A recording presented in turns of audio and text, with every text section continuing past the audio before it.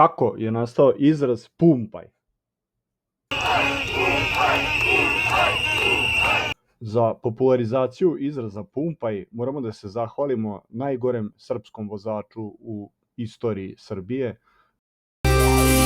Pumpaj, pumpaj, pumpaj, pumpaj!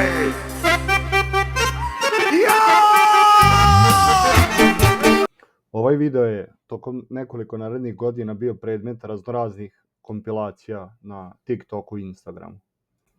Posle pada nadstrešnice i početka masovnih protesta od decembra, izvesni gospodin Faraon na Redditu na gotovo svakom postu vezano za proteste konstantno piše pumpaj, pumpaj, pumpaj.